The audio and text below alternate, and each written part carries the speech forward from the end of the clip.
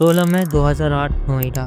एक ही रात में एक खुशहाल परिवार की कहानी खून से रंग गई। एक 14 साल की लड़की आरुषि तलवार और उनके घर का नौकर हेमराज, दोनों की लाशें मिली। और इस डबल मर्डर केस ने आगे चलकर हमारे देश के पूरे जस्टिस सिस्टम को हिलाकर रख दिया। ये कहानी सिर्फ कातिल की नहीं है, ये कहानी है इनिशियल इन्वेस्टिगेशन की गलती की, मीडिया ट्रायल्स की हाइप की और जुडिशियल फेलियर्स की। जब देश में सबसे बड़ी कॉन्स्पिरेसी थ्योरी चल रही थी, तो असल एविडेंस और ट्रुथ कहाँ खो गया। आज हम देखेंगे कि आरुषि तलवार केस में शुरू से आखिर तक मिस्टेक पे मिस्टेक क्यों होती चली गई और क्यों आज भी ये सवाल खड़ा है, आखिर वो मॉन्स्टर कौन था जिसने ये किया। आरुषि की बॉडी उसके बेड पर मिली थी। पहले दिन पुलिस का फोकस सिर्फ हेमराज पे था क्योंकि वो गायब था, लेकिन अगले ही दिन टेरेस पर हेमराज की बॉडी भी मिली। इसने पूरे केस को डबल मर्डर मिस्ट्री बना दिया। पर सबसे बड़ी गलती शुरू में ही हुई। क्राइम सीन को सील नहीं किया गया। जिस घर में 2 लोग मरे, वहाँ फैमिली, फ्रेंड्स और लोकल पुलिस इजिली रोम कर रहे थे। क्रिटिकल एविडेंस जैसे ब्लडी फिंगरप्रिंट जो दीवार पर थे, वो कॉन्टेमिनेट हो गए या धो दिए गए। डीएनए एविडेंस को ठीक से कलेक्ट नहीं किया गया।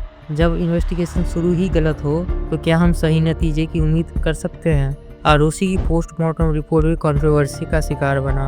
एक तरफ रिपोर्ट में टाइम ऑफ डेथ पर सवाल उठे, दूसरी तरफ डॉक्टर ने प्राइवेट डिटेल्स को मीडिया में लीक कर दिया। इसने विक्टिम ब्लेमिंग की शुरुआत की और केस को एक गंदी कहानी बना दिया। पुलिस से केस लेकर सीबीआई को दिया गया, पर तब तक मीडिया सर्कस शुरू हो चुका था। तलवार फैमिली को शुरू से ही प्राइम सस्पेक्ट बना दिया गया था। टीवी चैनल्स ने हर रात ट्रायल बाय मीडिया चलाया। उन्होंने सेंसेशनलिज्म को फैक्ट से ज़्यादा इम्पोर्टेंस दी। ये कोई इन्वेस्टिगेशन नहीं थी, ये एक ड्रामा था जिसे हर शाम टीआरपी के लिए बेचा गया।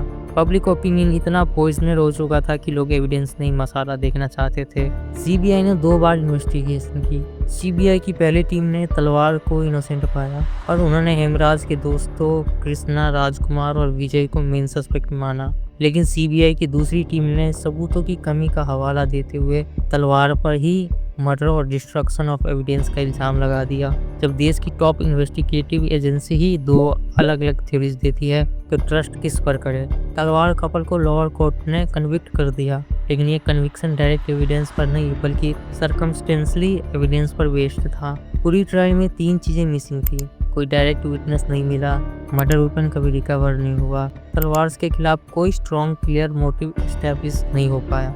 कोर्ट ने तलवार के कंडक्ट और घर के अंदर की सिचुएशन पर ज़्यादा फोकस किया। उन्होंने माना कि पेरेंट्स ही इजीएस्ट सस्पेक्ट थे, लेकिन ये प्रिजम्पशन था, प्रूफ नहीं।